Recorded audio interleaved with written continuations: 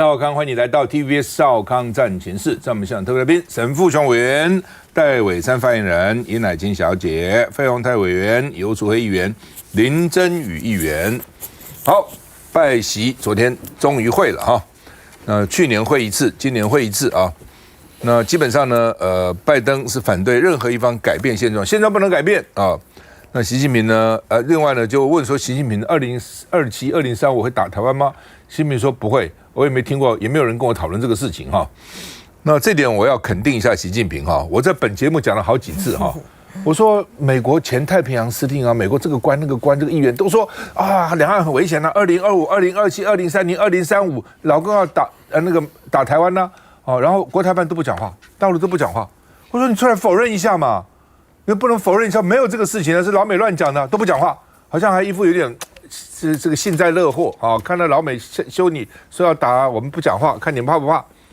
习近平第一次他们的这么高的官讲说否认，当然也有人讲说，否认不表示就不会了，那是另外一回事情。说你看这个俄乌也打仗了，这个以哈也打仗了，俄乌打仗，那个普丁有讲过我不打乌克兰，有讲过吗？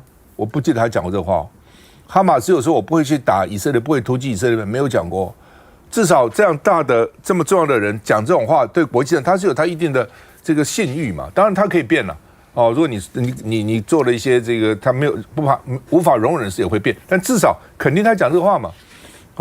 那另外当然这个联合报今天登，我不认为他讲这个话。联合报是说拜登说不排除习近平不排除武力，习近平是说不排除。用其他的更广泛的方法啦，就是不一定是，就算不是军事，有没有军事是一回事，和平我们是重要，但是不排除用其他方法。那联合报解释它就是军事，其实不一定啦。封锁你可能是一种啊，经济制裁可能是一种啊，这个把你 ECFA 取消可能有，它有其他国际的压力意思，它有很多种方式意思说了和平当然是希望的，但如果不和平，我有其他的方式，我当然比较方式上也包括军事了但是当然我们不希望采用军事了那我们看一下。等了1年，美国总统拜登和大陆国家主席习近平终于再见面。拜习扩大双边对话，镜头前各3分钟的谈话，两人都没提台湾。拜登记者会提问的4名记者，两人问了台湾，但拜登答得简短。Maintain the agreement that there is a one China policy, and that I'm not going to change that. That's not going to change, and so that's about the extent to which we discussed it. I'm wondering what would the consequences be if they do in fact interfere in the election. Well, I had that discussion with him too, made it clear I didn't expect any interference, any at all. 白宫提供的会谈摘要，拜登强调美国的一中政策没有改变，重申美国反对任何一方片面改变现状，期待两岸旗舰以和平的方式解决。对于台湾选举只字未提，也没有放进北京一直希望听到的不支持台湾独立，但美方呼吁中国要克制在台海周边的军事活动。美方的公开讯息看起来台湾部分变少了，但白宫资深官员在对记者转述会谈内容时，却有别于过去以美方说法为主的做法，透露更多习近平的私下谈话，包括习近平表达希望和平统一，但随即表示可能使用武力的情况。白宫资深官员表示，拜登接着说，美国维持台海和平稳定的决心，相信要维持现状，也要求中方尊重台湾的选举程序。习近平回应，和平固然好，但有时候必须朝解决方案前进。更说，我听了很多美国媒体报道说，我们计划在2027年或2035年以前采取军事行动，但根本没有这样的计划，没有人和我说过这个。台湾议题不会从美中之间消失，在什么时候用什么样的方式表述，都是讯息传递的外交考量。Would you still refer to President Xi as a dictator? This is a term that you used earlier this year. Well, look, he is. 然后乃菁，这个你对大陆很了解，到底怎么回事？我觉得这一次总的来讲呢，我认为它比原先所预期的，就是说只是回稳而已，还要更好一点，而是回稳向好我们可以看到很清楚的就是说在这一次呢，这个习拜会呢，全世界呢都在看习近平跟拜登的脸色。当习近平跟拜登两个人笑的时候呢，其实世界也都笑了这个习近平呢，拜登他在 APEC 的企业高峰会的时候呢，他就讲到说，中美之间呢的稳定对世界有利，然后呢。呢，我们同意呢恢复军方沟通的管道，减少误判，现场就响起了哇很热烈的掌声。也就是说呢，企业家大家都心定了，因为前一阵子的时候呢，中美之间的高度的这个冲突所引发的地缘政治的紧张，的确是让所有的这个投资环境以及各方面的变数呢都大为增加这是第一个。第二个呢，在这个习拜会里面呢，可以总结到3个的面向。第一个就是两岸稳，中美就稳。然后中美稳呢，世界就稳。而两岸稳的部分呢，大家呢看不只是看透露出来的这个内容，还有还有这个拜登在会后的这个记者会上答的，有几个很重要的一个就是刚才这个赵先提到的，就习近平说我没有说在2027那个2035要这个动武啊，这都是美国媒体说的啊，这个解放军呢没有跟我做这方面的报告。他用这样子的一个方式呢，而且是白宫的官员呢刻意透露出来的，就是我觉得也让这个让拜登呢在对内的时候呢，他可以有一个说法，就是他没有要动武的意思，而对于世界来讲的话，他也传达了一个讯息，就是除非有很特别的一个情况之下的话，他并没有要武力犯台的意图了哈，这是第一点。那这样让拜登呢对内也比较好交代。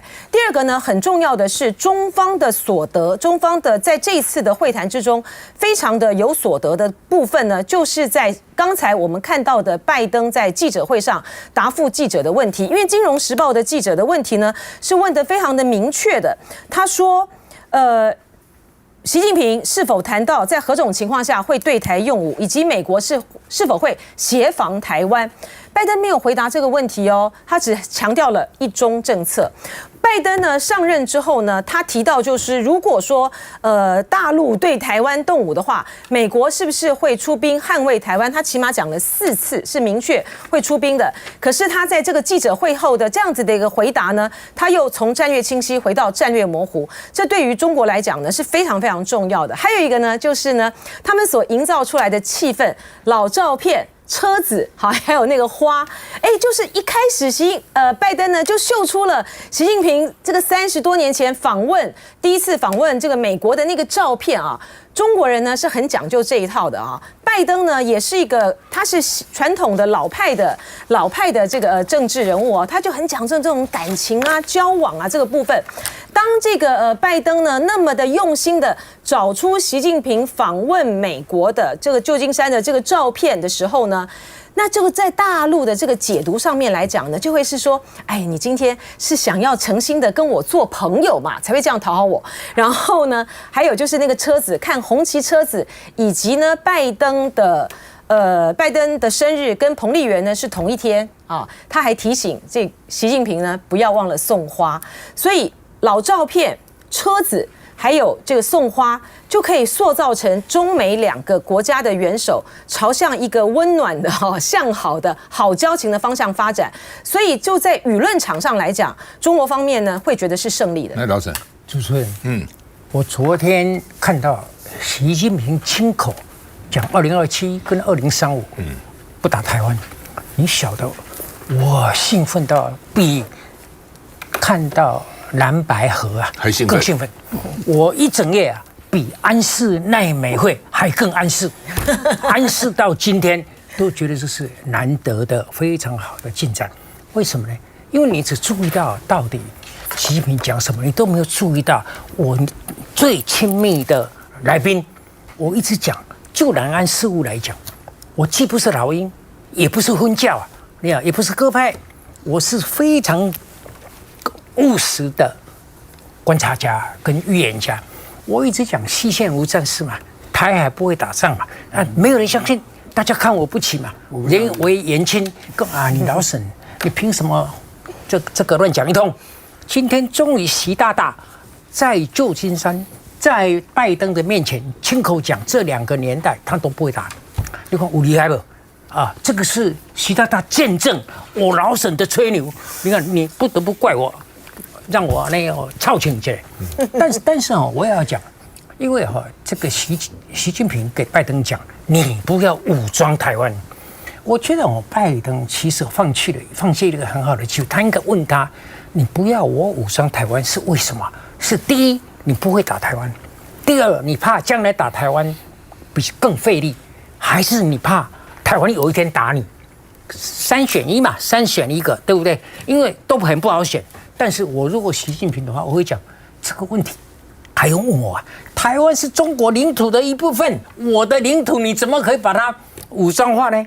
对不对？这个跟我以前讲的，我非常反对西方，尤其是美国这方面要把台湾变成堡垒。我们可以听老讲说要把它变成民主的堡垒，只有的等它。但是呢，美国人要把我们变成堡垒。当所有的舰队、所有好的商船经过台湾海峡往东一看，那个是再也不是伊拉佛摩萨，再也不是人间的乐园或是东方的瑞士，而是一个美国营造的堡垒，那是成何一个情况？所以呢，今天我跟你讲，这从昨天到今天，你看蓝白河的这个习近平不打了，好小心呢，开庭啊刷这波刷，你传我来巴塞隆那去。我希望老沈的结果是真的，但是过分乐观啊。美中会不会继续对抗？我觉得是肯定的，因为他在争世界的老大啊。当然，这一次他们的在 APEC 前啊，他们见面啊，感觉是有点融冰，没有那么针锋相对，这一点是肯定的。第二个，他们正在谈恢复军事的对话。这一点也非常好的哈，但是台湾跟老共会要打台湾2027跟2035，不是台湾人讲出来，是美国的退休将领哦，像举例像退休的空军部长啦、空军司令啦，还有太平洋的舰队司令，尤其他们在要争军事预算的时候，这时候放出来的话啊，这不是台湾的人讲，是美国的人讲。美国为什么要这个东西？平常讲，台湾会不会立刻会变成跟老共有军事对抗，取决于2点嘛。第一个，你要不要过台独的这条红线嘛？第二个，美中激烈对抗，要不要拿台湾当棋子嘛？要从这个角度来看哈。美国仍然会美国跟大陆会存在着有3个问题，现此刻是无解的：台湾的问题、南海的问题，跟美国不准卖高端军事的晶片给中国大陆，这3个是非常肯定的。我们当然希望老共讲，习近平讲的话，我觉得从我们也看比较正面了。你老美讲2027、2035。老共会我会我用习的口气来讲，我会打台湾，我从来没有人跟我讲过这个话。换句话是你美国在放的话，所以台湾会不会变成棋子？我跟你讲，还是要随时小心。第一个，红线绝对不能画；第二个不能画；第二个，麻烦美国跟老共，你们见人的时候不要把台湾变成棋子。但是如果说明年的选举，如果是独派的选赢，你认为战争就完全不存在吗？我没有那么乐观。就基本上，我们认为说，在正常的情况下，老共是不会冒天下之大不韪打台湾，而且他也会倒退的哈。那国际像是杯葛苏联也会杯葛他的。但是如果你台湾跨越红线，刚费勇讲，你就要宣布独立了，或是统他了等等，那当然就是另外一个结果了。休息一下再回来。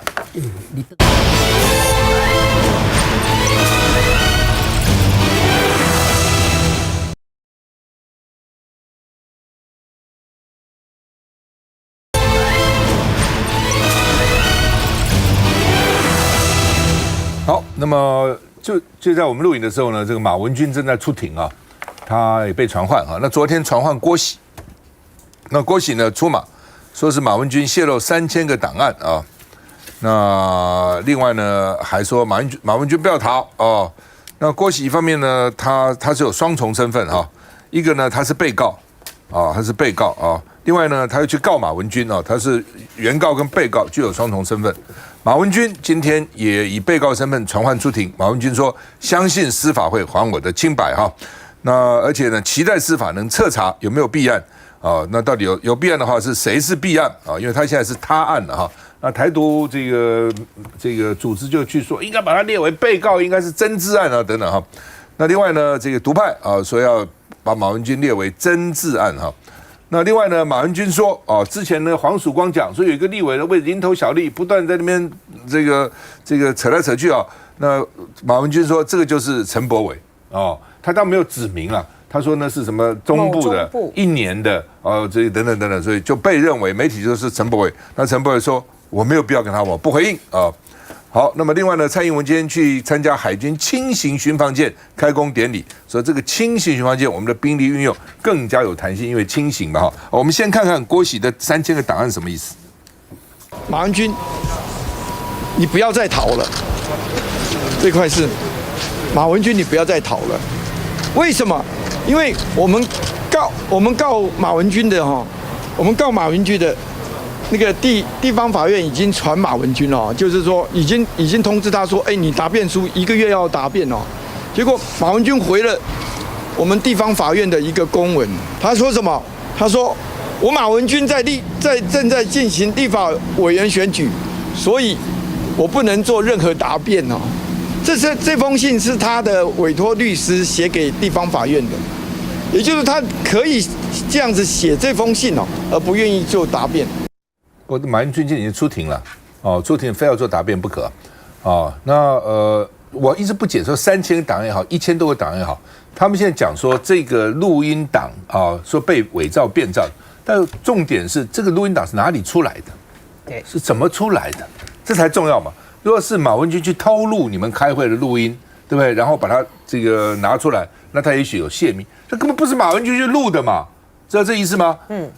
比如讲我们7个开个秘密会议，对不对？然后某一个人把我们7个偷偷的录起来拿到外面去，但是那个录的人是这个人呢，那个他给外面很多人，那个人拿到以后就送到调查局的，送到这个韩国的，送到这个什么代表处，那个人哪泄什么密？是你把它拿出去，你录才有泄而且有没有国防机密现在不确定谁说那是有国防机密？有人到现在为止有人说那是国防机密吗？你们几个人开一个会，又不是政府开会，就是要国防机密吗？不是很奇怪吗？来，苏慧，那个录音带是怎么来的根据郭喜的说法，他说他当年找了一个王楠当这个翻译顾问说这个王楠的外婆因为在韩国有开餐厅所以把他找来当过他跟韩籍顾问的这个翻译。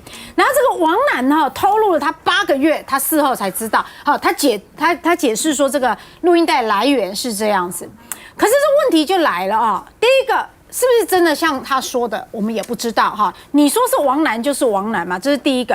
第二个，如果是王楠录的，那现在为什么郭喜又掌握了所谓完整的录音档？因为他说他掌握完整录音档他要提供给高检署嘛。好，这是第二个。第三个，你郭喜说完整就完整吗？你郭喜说原始就原始吗？你如果从王楠那边不管是威胁利诱，或是说哎呀你仁义感动他，人家透露了你8个月，现在又决定把它交给你了，那你回去这边剪剪贴贴的，我们请问一下，检察官又怎么知道最近司法检调去调查了以后，才发现说，高雄地检署在去年的1月份就开始想追查这个录音带的完整档。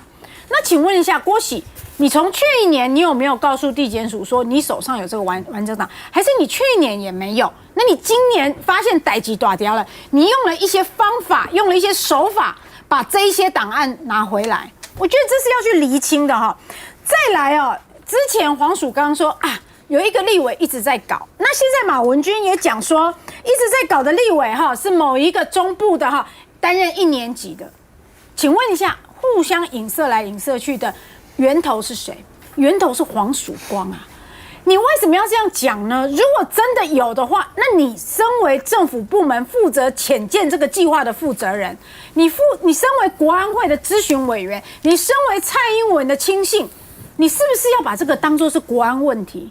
在几年前，如果就已经有人在搞这件事，在几年前你就应该要报告总统，报告国安会，甚至启动司法检调去调查，而不是你像个八卦公一样在那边 complain 说，哎呀，有一个立委一直在搞，等人家一问你的时候，你又什么都不肯讲。那现在的到底是谁？那黄曙光你出来讲，第一个在弄的立委是谁？第二个他怎么弄？还是你黄曙光觉得立法委员只要关心这个案件，对这个案件有意见，你都觉得说这叫做一直在搞，干嘛给我找麻烦？好吧，这个马文君受传唤，我们看情况。现在已经进入司法程序，我们期待司法可以彻查里面相关的是不是有弊案，因为很显然从爆料的音档里面可以看得出来，里面有非常多的弊端，甚至会危害到我们的国家跟人民，甚至浪费我们的纳税钱。所以就这个部分，我们也希望透过司法单位可以彻查清楚，如果有弊案，也要把它揭发出来。我也相信司法会还我清白。魏珊。泄密它除了政治问题之外，还有司法上的问题，那有国安的问题，所以其实我还是觉得马文君委员应该要说清楚、讲明白哦，不能只单纯推给司法，因为毕竟有非常多的指控也是很明确。那他在这个秘密会里面录音，或者说在里面讲电话，其实这些也都是事实。那我想他到现在已经这么长一段时间，其实他还是没有针对这个事情做出一个很明确的回应哦。因为我想国民党有很多支持者，其实还是忠于国家，还是反共的，甚至爱台的。在这个状况下面，大家也想要听他说清楚。我们也想要知道他从他本人的角度来看到底是怎么一回事。可是我们看到马文君的态度一直以来都是把这个问题往外推，像他今天在这个司法的这样的一个场面上面，他又推给说有某个立委他是不是有介入？那我是觉得不要影射，如果真的有这个问题，那这个马文君手上也有证据，那你就拿出来进行司法调查嘛。